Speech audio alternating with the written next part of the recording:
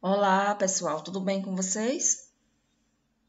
Então, como eu tinha combinado com vocês, segue aí mais uma aula de metabolismo de lipídios, parte 1, que ela aborda basicamente beta-oxidação, tá? Catabolismo de ácidos graxos. Então, vamos lá.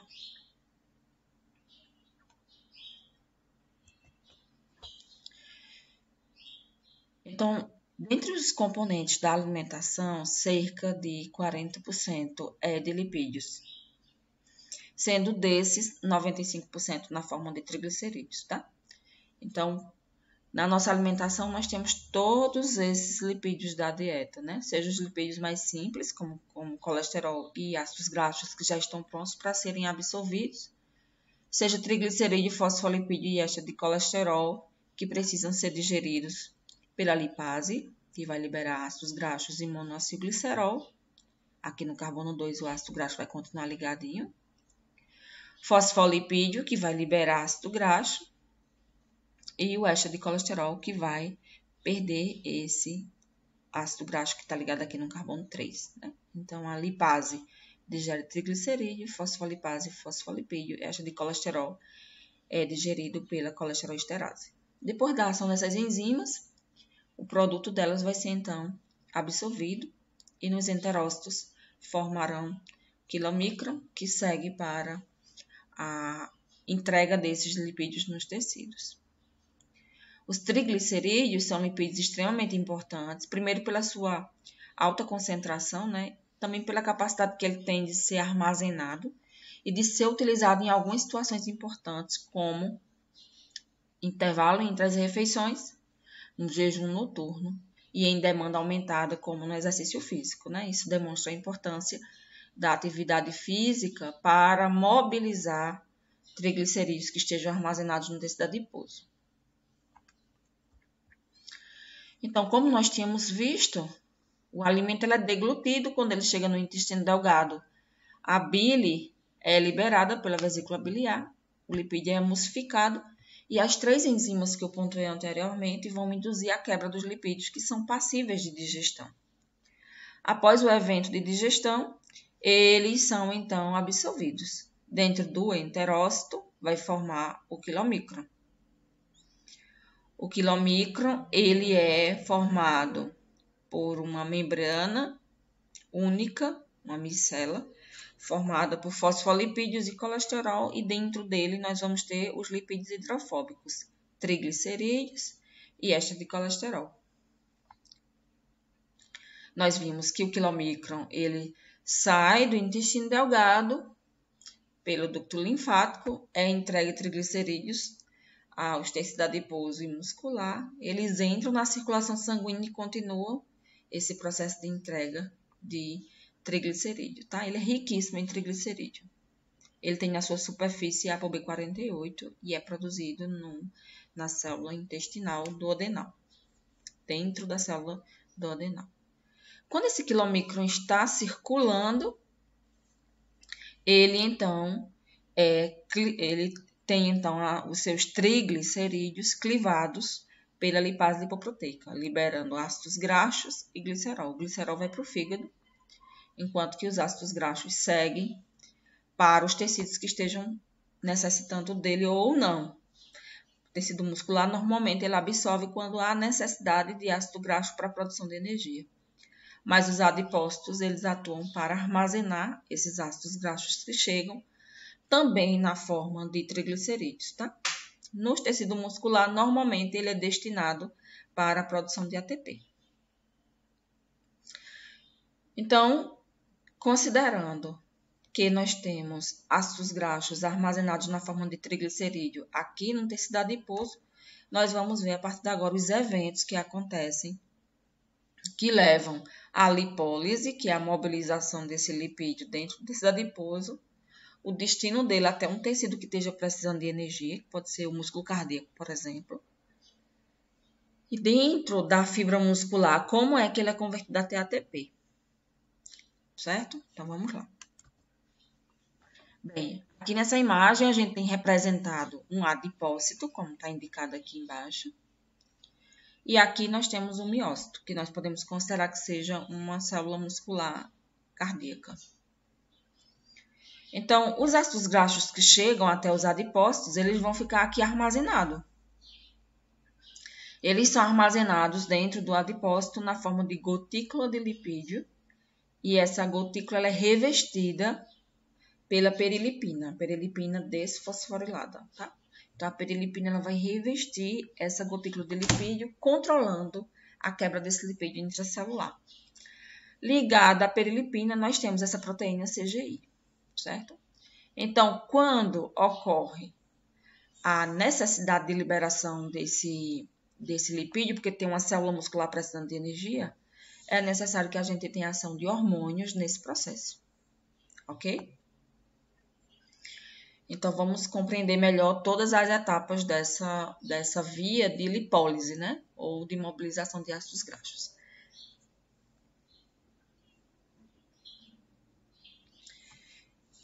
Então, como vocês podem observar aqui, quem está estimulando esse processo é o glucagon. O glucagon, que normalmente é um hormônio liberado durante o jejum. O glucagon, ele faz parte de um grupo de hormônios que a gente chama hormônios anti-insulínicos.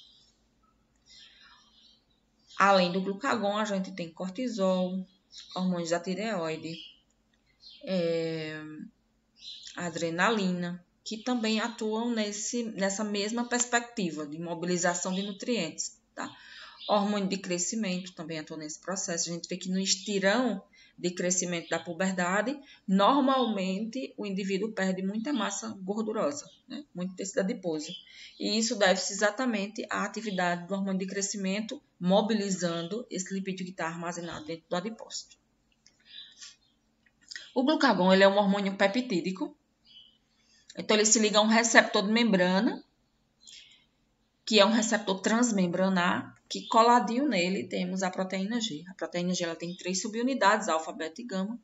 Quando o hormônio se liga ao receptor, o receptor muda sua estrutura para se ligar ao hormônio, a proteína G ela é ativada. Quando ela é ativada, ela libera a subunidade alfa, que migra aqui coladinho na membrana da célula e ativa essa enzima transmembranar chamada adenililciclase. A adenililciclase converte ATP, adenina trifosfato, em AMP. Esse AMP, ele sofre uma ligação que forma uma estrutura cíclica, por isso que tem esse Czinho aqui, chamado AMP cíclico. O AMP cíclico, ele vai ativar a proteína quinase A. A proteína quinase A, ela é uma proteína formada por 4 subunidades diferentes, ela é uma proteína tetramérica, e 2 subunidades dela é regulatória, ou seja, ela regula a atividade das outras duas, porque as outras duas são enzimas catalíticas. Quando a AMP se liga às 2 subunidades regulatórias, elas se desligam das 2 subunidades catalíticas. E essas 2 subunidades catalíticas, elas são então fosforiladas. Essas 2 subunidades catalíticas da proteína quinase A, da PKA, ela vai atuar fosforilando outras proteínas, né? Promovendo a transdução do sinal do hormônio que se ligou no receptor. Então, a proteína quinase A ela vai fosforilar a perilipina, que é aquela proteína que reveste a gotícula de gordura. Perilipina fosforilada, ela se dissocia de CGI. CGI, por sua vez, desligada de perilipina, se liga a triacilglicerol lipase não adipócito, a TGL. A TGL quebra ou digere triacilglicerol, a diacilglicerol e ácidos graxos livres, como está representado aqui. O ácido graxo livre vai sair dessa gotícula e vai seguir o seu destino. E a digestão desse diacilglicerol, quem é que faz? A mesma proteína quinase A também fosforila lipase hormônio sensível ou lipase sensível ao hormônio. A lipase hormônio sensível fosforilada, ela vai se ligar também à perilipina fosforilada, tá? ela se associa à perilipina e ela consegue acessar a gotícula de gordura. O que ela quebra na gotícula de gordura? Ela quebra diacilglicerol, que é o produto formado a partir da atividade da triacilglicerol, lipase. Então, a lipase hormônio sensível, aqui é a setinha, ela vai quebrar diacilglicerol, a monoacilglicerol e mais um ácido graxo livre, que segue o mesmo destino desse. O que sobra é monoacilglicerol. Monoacilglicerol é digerido pela monoacilglicerol lipase. A glicerol e ácidos graxos livres, tá? O glicerol vai ter seu destino. Ele pode ficar aí dentro para receber novos ácidos graxos, para a síntese de novos triacilglicerol, ou ele pode ser liberado e seguir para o fígado para seguir a gliconeogênese. Enfim, o resultado da ação da triacilglicerol, da lipase hormônio sensível e da monoacilglicerol lipase é liberar 3 ácidos graxos livres a partir de um triglicerídeo. Os 3 ácidos graxos livres saem da gotícula, vão para o citoplasma, do citoplasma saem da célula até chegar nos capilares. Nos capilares, eles vão ser transportados até a célula de interesse, que nesse caso é a célula cardíaca, como eu coloquei para vocês. O transporte do ácido graxo na corrente sanguínea é ligado à albumina. A albumina é uma proteína globular e ela tem nichos hidrofóbicos, onde o ácido graxo se encaixa, sua cadeia de hidrocarboneto, e então ela é transportada no sangue, certo? O tecido que está precisando de ácidos graxos expressa um transportador de ácido graxo na sua superfície. E aí, então, o ácido graxo vai entrar dentro da célula. Esse contexto, normalmente, ele acontece quando a célula está precisando de energia. Então, quando esses ácidos graxos chegam nos miócitos, eles serão, então, conduzidos pela beta-oxidação para a produção de acetil. O acetil entra no ciclo de Krebs, na cadeia transportadora de elétrons, e depois fosforilação oxidativa. De tudo isso aqui, o que vocês ainda não conhecem é beta-oxidação, que é o que a gente vai ver a partir de agora, ok? Então, a beta-oxidação dos ácidos graxos, ela é uma série de reações padrões, 4 reações, relativamente muito simples.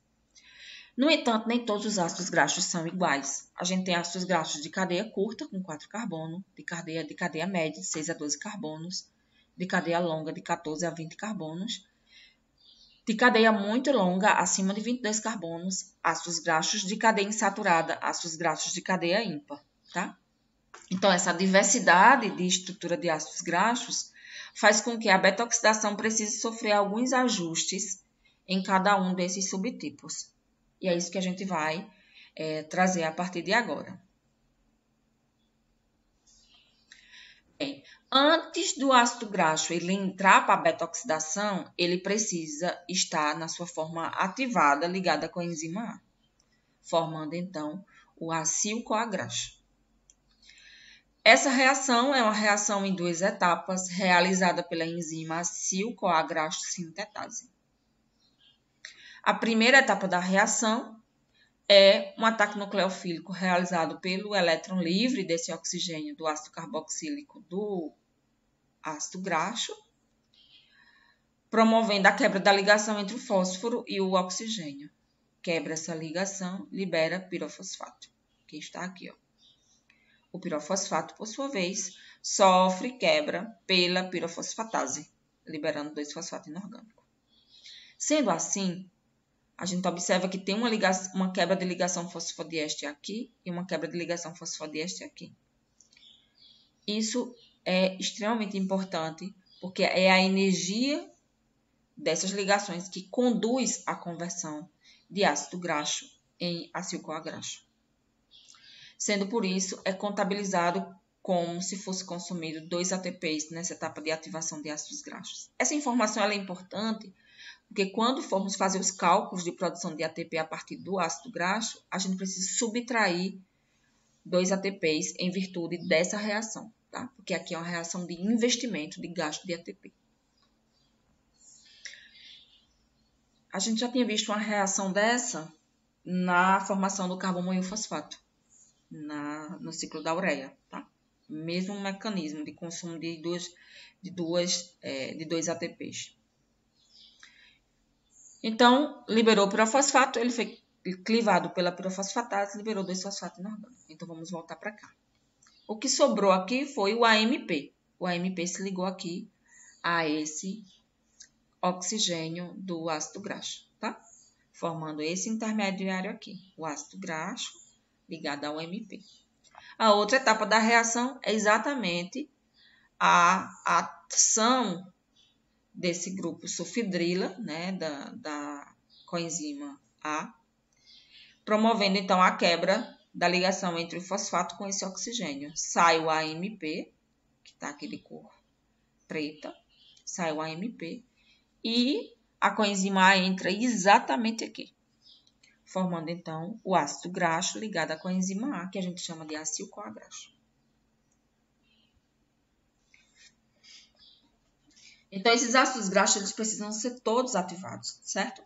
Os ácidos graxos de cadeia curta e média, eles entram na matriz mitocondrial sem auxílio de um transportador e lá dentro é que ocorre essa reação que eu acabei de mostrar para vocês, essa reação de ativação, certo? Já os ácidos graxos de cadeia longa, a partir de 14 carbono, eles não conseguem atravessar a membrana interna da mitocôndria. A mitocôndria tem a membrana externa, espaço intermembrana, membrana interna e matriz mitocondrial. Ele não consegue atravessar a membrana interna. Então, ele vai ligar a carnitina. É justamente por isso que carnitina é um dos componentes utilizados no pré-treino, porque ela vai auxiliar a mobilização de ácidos graxos para dentro das mitocôndrias para a produção de ATP. É essencial para perda de peso e também para a atividade eficiente da contração muscular, porque vai ter energia disponível. Tá? Então, a carnitina vai ligar o ácido graxo exatamente aqui nessa hidroxila e vai, então, fazer o transporte dele para a matriz mitocondrial. É exatamente aqui. Então, vamos ver como é que isso acontece. Isso, só para a gente compreender, isso vai acontecer com os ácidos graxos que têm a cadeia longa, certo? Os de cadeia curta e média não precisam de carnitina. Eles entram e são ativados aqui dentro na matriz mitocondrial. Então, vamos compreender bem essa imagem, né? Aqui a gente tem essa parte que envolve o citosol, a membrana externa, membrana interna, espaço intermembrana e matriz mitocondrial. Então, vamos lá. Aqui no citosol da célula, a gente tem que imaginar que isso é uma célula cardíaca, tá? Ocorre aquela reação de ativação do ácido graxo, acil-CoA graxo, tá? E aí, então, esse ácido graxo de cadeia longa precisa se ligar à carnitina, a enzima. Carnitina aciltransferase 1 remove a coenzima A e adiciona a carnitina, ligando agora o ácido graxo à carnitina, certo? Formando o acil-carnitina. Ele é então transportado, a acil-carnitina graxo é então transportado para dentro da matriz mitocondrial. Esse daqui é o transportador acil-carnitina. Então, ele vai passar pelo transportador e vai chegar na matriz mitocondrial. Para seguir para a beta-oxidação, ele precisa voltar a se ligar com a enzima A. Então, a carnitina aciltransferase 2 remove a carnitina, ela vai voltar para buscar um outro ácido graxo e adiciona de volta a coenzima A, formando agora acil-CoA graxo dentro da matriz mitocondrial. Se nós avaliarmos, nós já tínhamos acil-CoA graxo aqui no citosol, mas ele não conseguia atravessar, então ele teve que se ligar à carnitina, ser transportada, e aqui dentro ele foi regenerado. Agora ele vai seguir para a beta-oxidação, certo? Então, a beta-oxidação, ela é uma quebra do ácido graxo, certo? A cada 2 carbonos, produzindo o acetil-CoA, que o acetil tem 2 carbonos. Então, se o ácido graxo tiver 16 carbonos, como é o palmítico, ele vai passar a ter, ele vai produzir 8 acetil, certo? O acetil, a gente já sabe o destino, ele vai para o ciclo do ácido cítrico, que é o ciclo de Krebs, forma NADFAD, cadeia transportadora de elétrons, e na ATP sintase, produção de ATP. Tudo isso aqui, felizmente, todos nós já conhecemos. A gente só não entende isso aqui, beta-oxidação, certo? E é o que a gente vai ver a partir de agora. Então, a beta-oxidação, ela é uma série de reações, né? 4 reações, que se repetem até que todos os ácidos graxos todo o ácido graxo tenha seus carbonos convertidos a acetil, certo? Exceto para os ácidos graxos de cadeia ímpar, mas eu vou mostrar essa particularidade para vocês daqui a pouquinho. Então, são 4 reações que vai promover a quebra sequencial de grupos acila em 2 unidades de carbono, formando o acetil-CoA, ok? Antes dessa última etapa, que é a etapa de quebra, a gente tem uma etapa onde o carbono beta ele é oxidado a um grupo cetogênico. Ele perde os 2 hidrogênios dele, ele é então oxidado. O carbono beta é oxidado. Entende o nome da via? Beta-oxidação. Tá? E toda vez que a gente libera um acetil, o ciclo retoma até que todos os carbonos sejam convertidos a acetil, tá? Especificamente para os carbonos que tenha, para os ácidos graxos que tenham número par de carbono.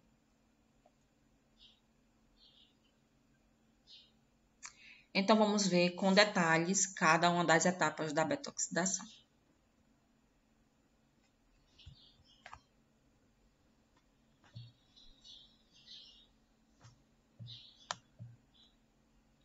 Eu vou ampliar aqui para mostrar para vocês com maior qualidade, tá? Então, aqui a gente tem o ácido graxo palmítico, com 16 carbonos, como está representado aqui.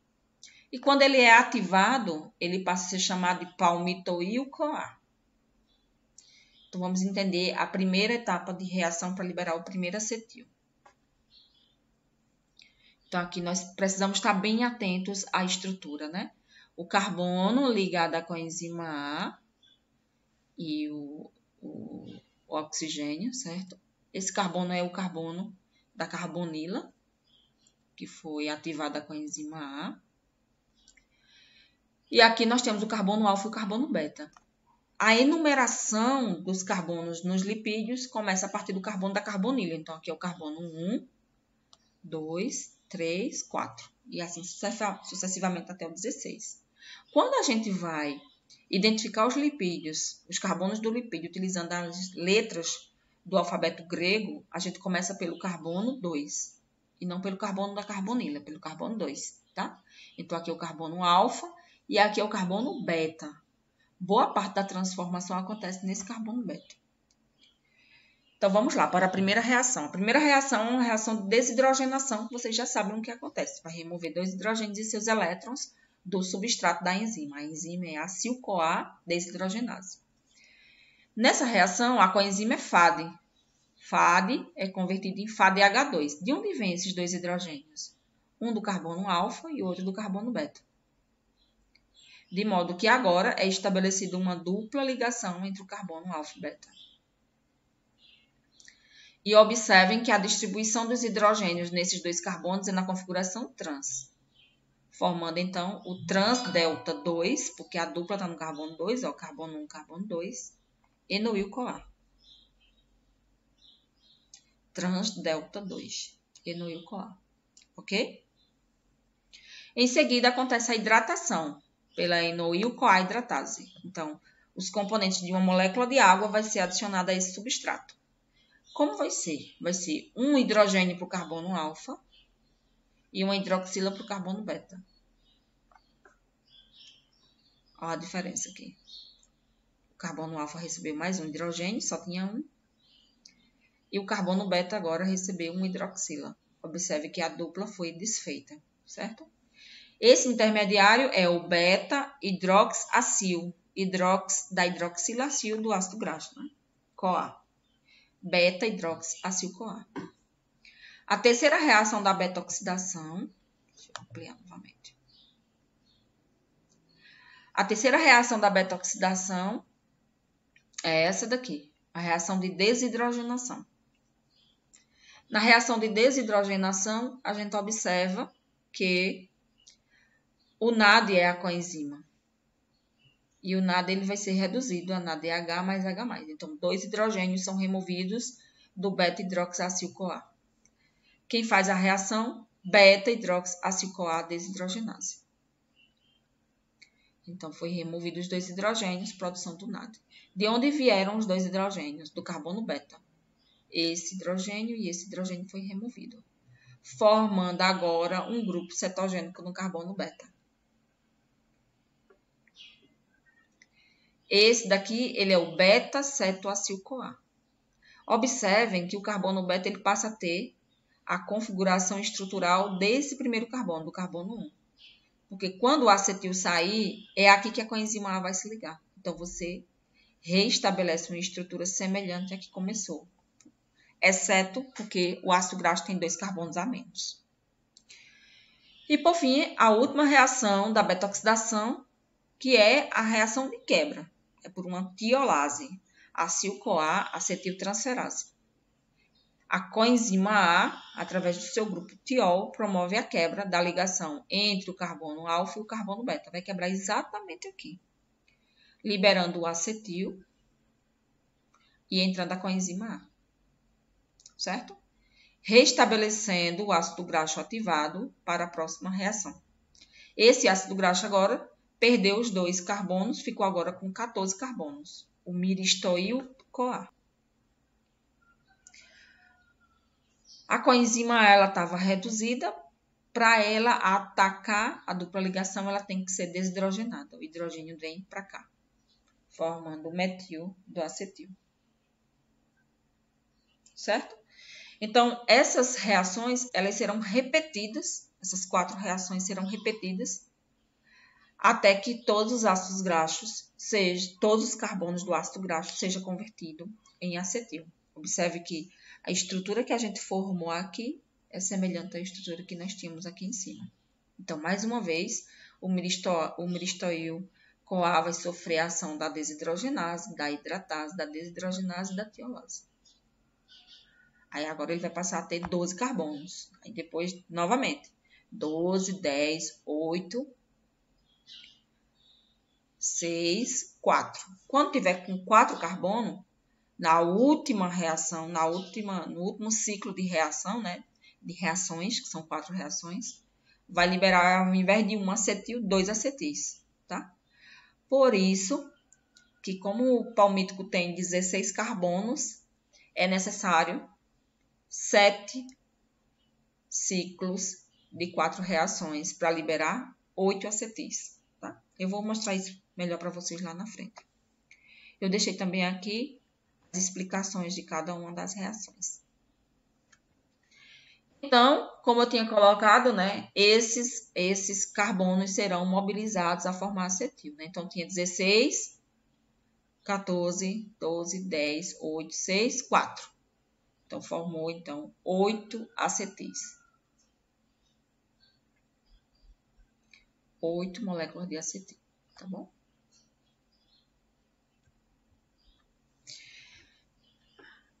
Aquelas etapas da beta-oxidação que eu mostrei até aqui era para os ácidos graxos saturados, certo? Quando o ácido graxo tem uma dupla ligação na cadeia, é necessário fazer uma reorganização dessa dupla ligação para que a beta-oxidação dê continuidade. Aqui nós temos a beta-oxidação de um ácido graxo de cadeia monoinsaturada. É o oleico, com 18 carbonos. Vou ampliar também para a gente ver. Ó, o oleico com 18 carbonos. O oleico, ele tem uma dupla ligação no carbono 9 e uma dupla ligação na configuração 6. E a beta-oxidação precisa de uma dupla na configuração trans, certo? Então, é só no carbono 9. Então, a beta-oxidação ela vai acontecendo até chegar próximo a essa dupla ligação. De fato, 3 etapas de beta-oxidação acontecem, 3 ciclos, tá? Liberando 3 acetil-CoA. E aí, então, ó, quebrou aqui, sobrou isso aqui. Aqui é o carbono da carbonila, tá aqui, né? O carbono alfa e o carbono beta. carbono alfa, carbono beta. A gente lembra que na primeira etapa da beta-oxidação, nós temos a desidrogenação dos dois carbonos, alfa e beta, formando uma dupla entre eles. Nesse caso, a dupla ela é formada aqui, entre o carbono alfa e o carbono beta. Certo? Deixa eu pegar aqui a canetinha.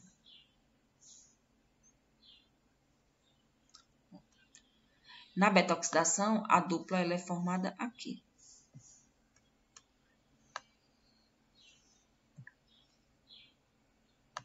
A dupla ela é formada aqui. Ok? Só que, como é que esse carbono 3 vai estar participando de duas duplas ligações? Não tem como. Ele não tem como participar de duas duplas ligações e ainda está ligado a um hidrogênio. Então, o que vai acontecer? Quando a quebra do ácido graxo chega nesse ponto, aí antes que a beta-oxidação dê continuidade, é necessário, então, que ocorra uma isomerização. Quem faz isso é a delta 3, delta 2 enoil-CoA isomerase. O que ela vai fazer? Ela vai deslocar a dupla que está entre o carbono 3 e 4 para o carbono 3 e 2. E é isso que ela faz aqui, ó. Ela desloca a dupla para cá. Sendo assim, a gente vai ter uma dupla ligação entre o carbono 3 e 2, que é exatamente o produto daquela primeira etapa da beta-oxidação, realizado pela desidrogenase. A partir daqui, dessa configuração aqui, é necessário continuar a beta-oxidação. Então, se a gente observar, depois da primeira reação da beta-oxidação, o que a gente tem? Nós temos, então, a partir daqui, uma etapa de hidratação. Um hidroxila vem para o carbono beta, um hidrogênio para o carbono alfa. E aí segue a beta-oxidação. Depois tem uma desidrogenação, com remoção dos dois hidrogênios do carbono beta, formando o grupo cetogênico. E, por fim, a etapa de quebra. Tá? Então, nesse contexto, a isomerase ela fez apenas o deslocamento da dupla do carbono 3,4 para o carbono 3,2. E mais que isso, ela muda também a configuração cis para a configuração trans, que é uma configuração favorável à beta-oxidação. Tá? Eu também deixei aqui as características dessas reações para vocês irem acompanhando. Mas nós temos ácidos graxos que são poliinsaturados. E aí a gente vai precisar de etapas a mais para conseguir promover a quebra de todo o ácido graxo, certo? O exemplo aqui também é um ácido graxo com 18 carbonos, o linoleoil-CoA. Ele tem duas duplas ligações, uma no carbono 9 e uma no carbono 12. Então, a beta-oxidação se inicia. Na verdade, 3 ciclos de beta-oxidação. E aí a gente tem o cenário do exemplo anterior, né? O carbono da carbonila, que é o carbono alfa e o carbono beta. No carbono beta, uma dupla, sendo que essa dupla precisaria estar entre o carbono alfa e beta, e não entre o carbono beta e o carbono 4.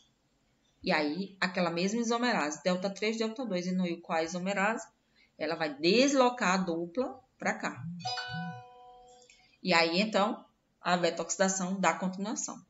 Então, quando a isomerase desloca para cá, a gente tem, então, um ciclo de beta-oxidação liberando o acetil, certo? E depois, nós iniciamos a primeira reação da beta-oxidação, que ainda dá para iniciar. E aí, então, a gente tem esse cenário aqui. Ó, nós temos aqui, removemos esses dois carbonos no acetil, ficamos aqui, ó.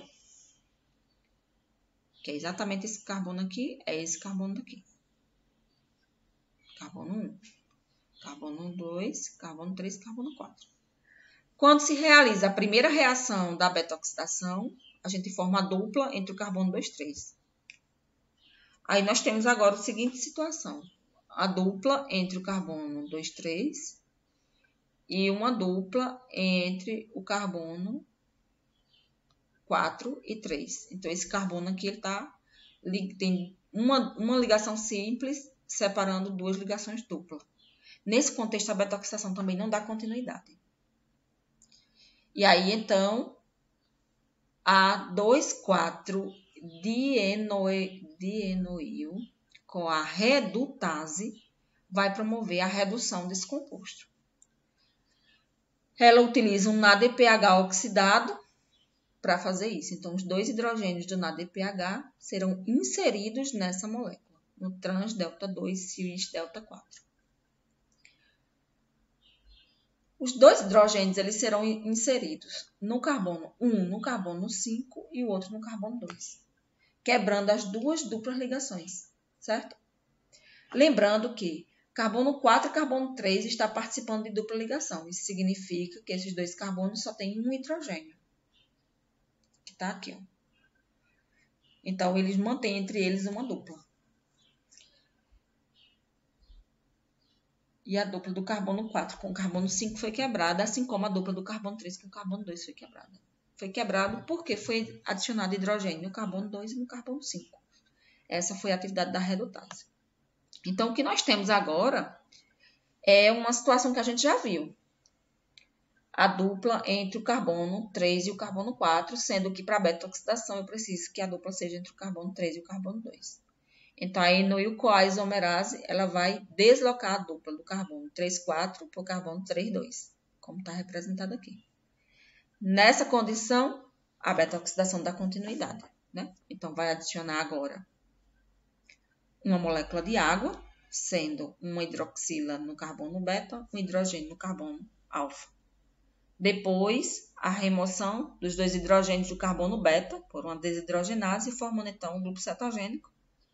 E aí, então, a quarta reação da beta-oxidação, que é a de quebra. Então, segue os 4 ciclos da beta-oxidação até que todos os 10 carbonos que tem agora remanescente sejam convertidos em 5-acetil-CoA. Aqui também está explicando todas as etapas dessas reações, certo? Então, o que a gente tem que compreender é que sempre que na beta-oxidação foi identificada uma dupla ligação na configuração cis, e essa dupla ligação não esteja entre o carbono 2 e 3, é precisa a atividade de uma isomerase e de uma redutase para que ocorra, então, a modificação estrutural compatível com o reconhecimento das enzimas que fazem parte da beta-oxidação. Então, aqui o que a gente viu até agora é beta-oxidação dos ácidos graxos que entram para a mitocôndria, né? Seja o de cadeia curta e cadeia média, que é um modelo semelhante aos de cadeia longa. A diferença é que o de cadeia curta e média, a ativação é dentro da mitocôndria, enquanto o de cadeia longa, a ativação deles é no citoplasma. Quando eu falo ativação, é aquela reação em que o ácido graxo recebe aquela coenzima, tornando-se acil-CoA graxo. Vimos as particularidades dos ácidos graxos que têm cadeias mono e poliinsaturadas, tá? E uma outra particularidade que merece a nossa atenção são os ácidos graxos de cadeia ímpar. Por quê? Porque a beta-oxidação dos ácidos graxos de cadeia ímpar, ela segue um padrão até que no final sobrem 3 carbonos, né? Então, ela vai quebrar até que no finalzinho a gente sobre essa estrutura aqui, com 1, 2, 3 carbonos. Essa estrutura aqui forma o propionil-CoA. Todo o restante do ácido graxo forma acetil-CoA. O acetil-CoA, como a gente sabe, entra no ciclo de Krebs, sendo condensado ao oxalacetato para a formação do citrato. E o propionil, qual é o destino do propionil? O propionil ele também entra no ciclo de Krebs, mas ele entra na forma de succinil-CoA. O propionil ele vai ser convertido a succinil-CoA. E o succinil-CoA entra no ciclo de Krebs, depois sendo convertido em succinato, né? Liberando o GTP, e aí segue fumarato, malato, oxalacetato, segue o fluxo. Então, vamos olhar com mais detalhe essas reações de conversão do propionil ao succinil-CoA.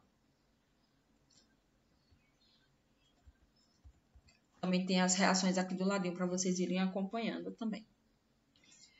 Observem essa primeira reação. É uma reação realizada por uma carboxilase, que tem como substrato bicarbonato ATP e tem a coenzima biotina.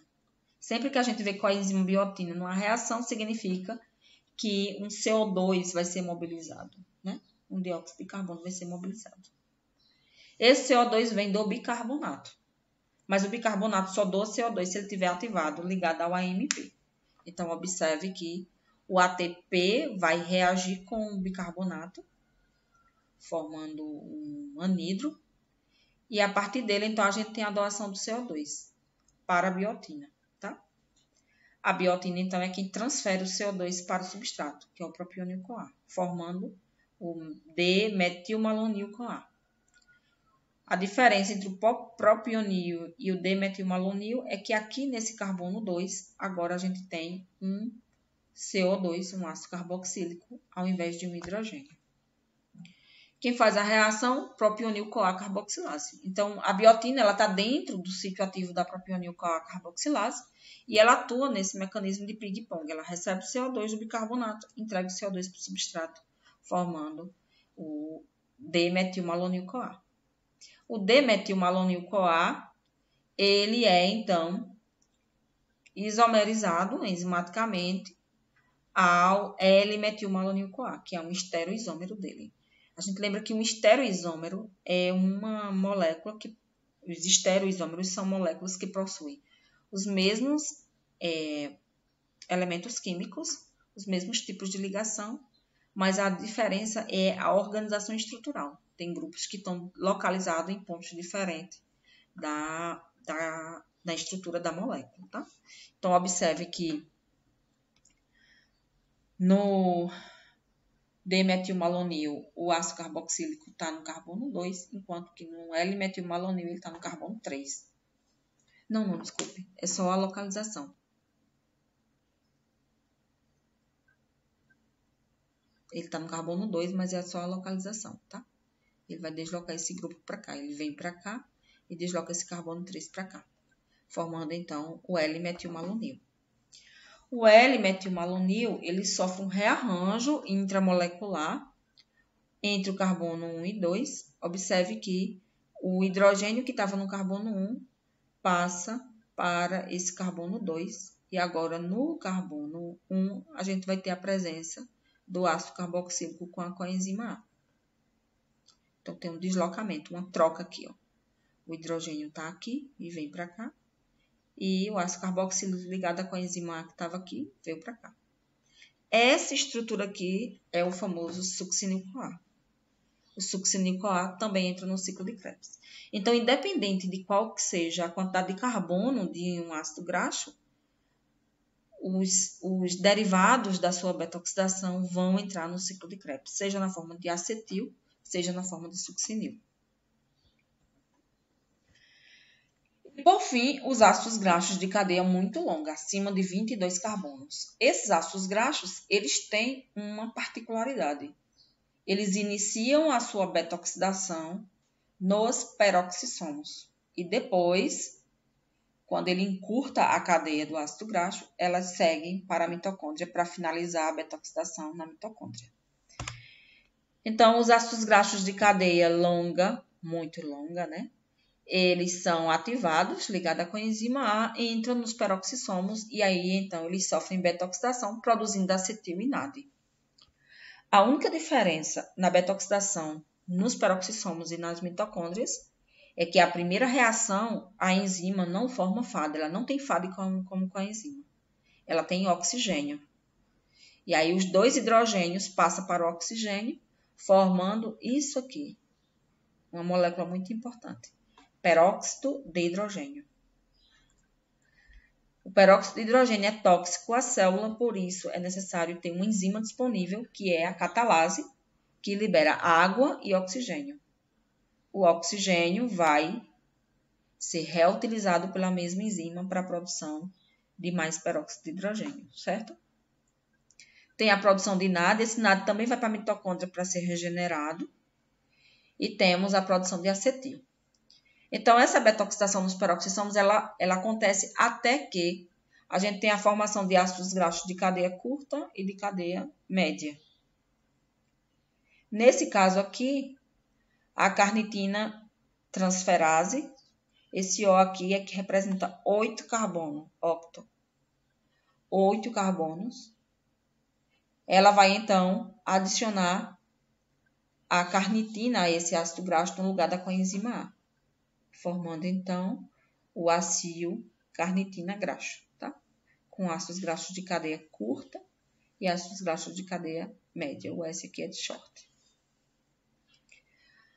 Os ácidos graxos de cadeia média e curta ligados à carnitina saem dos peroxissomos e vão para a mitocôndria. Na matriz mitocondrial, eles, então, seguem para a beta-oxidação. Mas antes disso, eles precisam entregar de volta a carnitina e se ligar à coenzima A. Quem faz isso? Carnitina aciltransferase 2.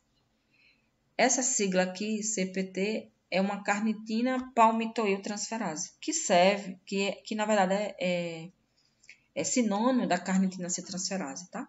Representa o mesmo mecanismo de ação. Ligado à coenzima A, eles seguem para a beta-oxidação para formar acetil. O acetil vai seguir para o ciclo de Krebs, certo? E o acetil produzido na beta-oxidação dos peroxissomos, eles também são transportados para a mitocôndria. Então, eles se ligam à carnitina pela carnitina acetiltransferase. A acetilcarnitina sai do peroxissomo, passa para a mitocôndria. E aqui dentro, a carnitina acetiltransferase remove a carnitina e adiciona a coenzima A, formando a acetil-CoA. O acetil-CoA também entra no ciclo. É uma particularidade dos ácidos graxos de cadeia muito longa. Só um detalhe. Eles são raros na alimentação, tá? E são oriundos, basicamente, de lipídios de fonte vegetal. Aqui, mais uma vez, os dois modelos de beta-oxidação. Aqui as cristas mitocondriais, né, mostrando que é na mitocôndria. A formação do FAD, a formação do FAD. E aqui nós temos a particularidade da beta-oxidação dos peroxissomos, né?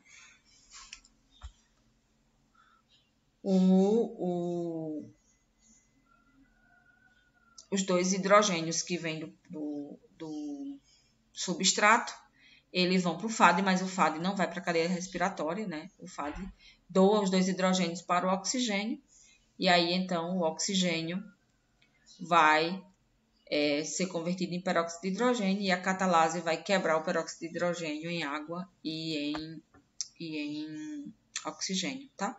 Eu não lembro exatamente se anteriormente eu disse que não tinha FAD nessa primeira reação, tá? Aí provando que tinha um FAD, mas o FAD não é regenerado aí. Não é regenerado na cadeia transportadora de elétrons. Ele é regenerado entregando os dois hidrogênios para o oxigênio. Eu acho que eu falei diferente no slide anterior, eu quero só retificar aqui novamente. Então, para ambas enzimas tinha sim FAD, mas o FAD ele é regenerado nos peroxissomos, entregando os dois hidrogênios para o oxigênio em formação de peróxido, tá? O NADH ele é exportado para a mitocôndria para sofrer reoxidação, para ele poder voltar e ser reutilizado nessa terceira reação da beta-oxidação. Mas, enfim, os dois produzem NAD, que vai para a cadeia, produz NAD, que vai para a cadeia transportadora de elétrons e produz acetil. A única diferença é exatamente nessa primeira reação, certo? Então, todos os acetis que são produzidos, eles vão para o ciclo de Krebs, sendo condensado ao oxalacetato, citrato, isocitrato, alfa-cetoglutarato, succinil-CoA, que pode vir também do propionil, succinato, fumarato, malato e oxalacetato. O resultado disso aqui, 3 NAD, 1 FAD e 1 GTP. Isso aqui importa, né? Uma outra coisa também que a gente deve lembrar é que o próprio ciclo de beta-oxidação também produz NAD e FAD, né? Na reação 1, produz um FAD, na reação 2, na reação 3 também produz um NAD, tá? Então, NAD e FAD também são produzidos na beta-oxidação. E a beta-oxidação é na matriz mitocondrial, então NAD e FAD vão para a cadeia transportadora de elétrons e vão produzir ATP. Então, NAD e FAD é reoxidado na cadeia, bombeia prótons para o espaço intermembrano, retorno dos prótons gera a produção de ATP, isso aqui também a gente já conhece. Então, vamos ver o rendimento em ATP da oxidação do ácido graxo palmitoil, né? O palmítico com 16 carbonos. Como eu tinha dito a vocês, né? Então, na última beta-oxidação, na última rota, que a gente tem 4 carbonos, quando ela finaliza, nós liberamos 2 ACTs. Então, tem 16 carbonos e nós temos 1, 2, 3, 4, 5, 6, 7 rotas de beta-oxidação. Certo? 7 ciclos de 4 reações. Então, a partir dele, nós produzimos em cada ciclo de beta-oxidação um FAD, um NAD e um acetil. E o acetil, dentro do ciclo, produz um FAD, 3 NAD e um GTP. Quanto que isso dá em ATP? Vamos calcular. Então, um FAD é 0,5 ATP, foram 7 rotas de beta-oxidação, 10,5. O NAD, 2,5, 7 rotas de beta-oxidação, 17,5. A partir de cada rota, nós tivemos um acetil. Mas aí a gente lembra que foram 8 acetis no final da rota, né? Então, a gente tem que multiplicar tudo isso aqui por 8. Um FAD, 1,5 ATP vezes 8, 12. 3 NAD, 2,5 vezes 3, que foram 3 NAD, 7,5, vezes 8, que foram 8 acetil, 60 ATPs. Só isso aí é o dobro da glicose, né?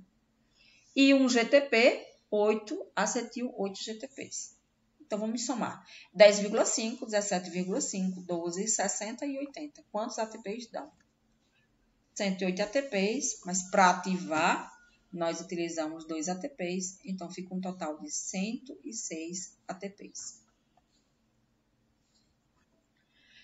Como ocorre a regulação da beta-oxidação? Então, a beta-oxidação é uma etapa do metabolismo extremamente importante e ela precisa ser regulada, certo? Então, o primeiro mecanismo de regulação dela é endócrino. Insulina, glucagon, hormônio de crescimento, dentre outros, vão estar ativando ou inativando a beta-oxidação, tá? Logo em seguida eu vou falar mais sobre isso. Um outro exemplo de fator que regula a beta-oxidação, os níveis de ATP e de NAD reduzido. Altos níveis de ATP e NAD reduzido inibe beta-hidroxacil-CoA desidrogenase, que é a terceira enzima da rota da beta-oxidação. Então, ela vai ser inibida. Consequentemente, a beta-oxidação vai diminuir a produção de acetil. Se eu tenho muito ATP e muito NAD reduzido, para que produzir acetil? Né? Então, não faz sentido. Então, inibe.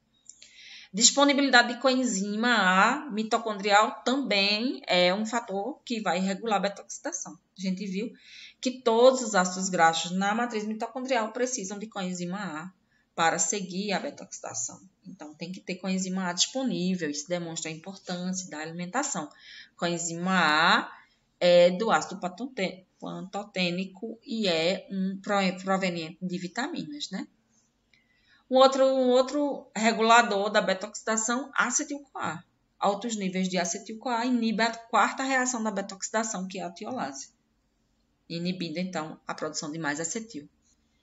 E uma outra coisa que inibe beta-oxidação é a regulação de carnitina-acetiltransferase, que é aquela enzima citoplasmática que vai adicionar a carnitina ao acil-CoA graxo, né? Que ela está exatamente aqui. Acil-CoA graxo, a carnitina acil graxo, tá? Pela carnitina acetiltransferase. Então, essa enzima ela é de suma importância, porque é ela que vai ligar a carnitina ao ácido graxo, possibilitando, então, que esse ácido graxo entre dentro da matriz mitocondrial, certo? A regulação da carnitina está muito relacionada ao metabolismo dos carboidratos.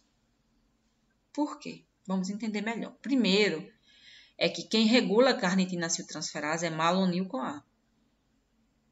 E malonil-CoA, ele é produzido principalmente a partir da glicose. Então, se eu tenho altos níveis de glicose circulante, eu tenho altos níveis de malonil-CoA. Se eu tenho altos níveis de malonil-CoA, eu não preciso quebrar ácido graxo para produzir energia. Por quê? Porque eu tenho muita glicose circulante produzindo acetil. Na verdade, o acetil vindo da glicose eu transformo em malonil e malonil produz ácidos graxos. Então, não faz o menor sentido manter ao mesmo tempo via de síntese de ácido graxo e via de quebra de ácido graxo.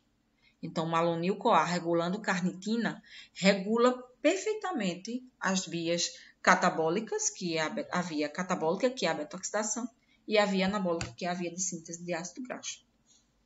Mas vamos ver melhor as particularidades dessa via aqui, de produção de malonil.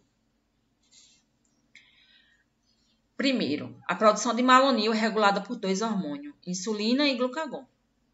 Insulina a gente produz quando a gente tem altos níveis de glicose circulante, que é uma condição compatível com via glicolítica, produção de piruvato, piruvato acetil, acetil malonil. Isso aqui é uma via comum.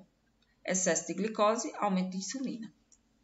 A insulina, ela regula essa enzima aqui, ó. Acil-CoA carboxilase. A acil-CoA carboxilase, quando ela está fosforilada, ela está inativada. Quando ela está desfosforilada, ela está ativa. Quando ela está ativa, ela converte acetil em malonil.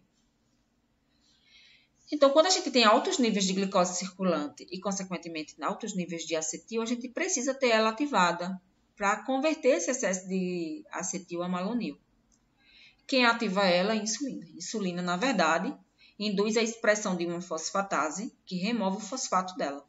Com o fosfato, ela está inativada. Perdeu o fosfato, ela ficou ativa. E aí, então, se eu tenho um excesso de glicose circulante, para que eu vou estar quebrando ácido graxo? Não precisa. O excesso de glicose circulante vira acetil, acetilmalonil, e malonil inibe a quebra de ácido graxo. Pelo contrário, malonil é precursor na síntese de novos ácidos graxos. Certo? E quando a gente está no jejum prolongado, nesse caso, a gente vai precisar quebrar ácidos graxos via beta-oxidação, que é isso aqui. Então, como é que a gente vai inibir, ativar essa carnitina-aciltransferase para que ela converta ácido graxo em carnitina-aciltransferase? Carnitina-acilgraxo. Bem, vamos lá. Quando os níveis de glicose sanguínea diminuem, a gente aumenta glucagon. O glucagon se liga no receptor, ativa a adenililciclase, a adenililciclase converte a ATP em AMP. Essa via a gente viu no início da aula.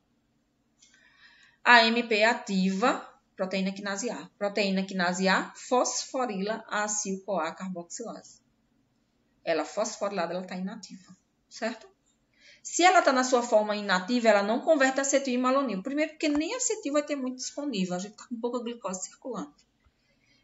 Esse é um dos motivos, inclusive, de não converter acetil em malonil. Esse acetil segue para o ciclo do ácido cítrico para produzir coenzimas reduzidas que vão para a cadeia transportadora de elétrons, que vai produzir ATP. E não converter acetil em malonil, que é uma via de reserva, de armazenamento. Então, o glucagon, ele inibe a acil-CoA carboxilase através da sua fosforilação. Sendo assim, baixos níveis de malonil vão estar presentes na célula. Consequentemente, malonil não consegue mais inibir carnitina-aciltransferase. E aí, então, a produção de carnitina-acilgraxo aumenta, esse ácido graxo entra na mitocôndria e, então, sofre beta-oxidação para a produção de ATP.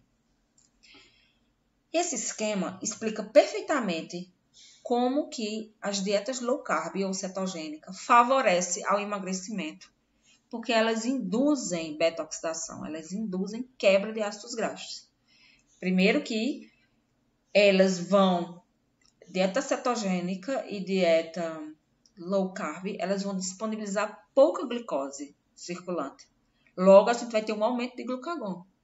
Esse aumento de glucagon vai inibir a acil-CoA carboxilase, inibida ela não converte acetil a malonil. Os níveis de malonil caem, carnitina-aciltransferase tem atividade. E aí, então, o glucagon que atua nessa via é o mesmo glucagon que vai estimular a lipólise. O ácido graxo é liberado, a carnitina vai estar com a sua atividade normal, logo, ela vai, então, se ligar ao ácido graxo que vai estar chegando na célula, que veio do tecido gorduroso, tecido adiposo, e vai induzir ele para a beta-oxidação. Certo? Bem, era isso que eu queria trazer para vocês. Aí estão as referências e até a próxima.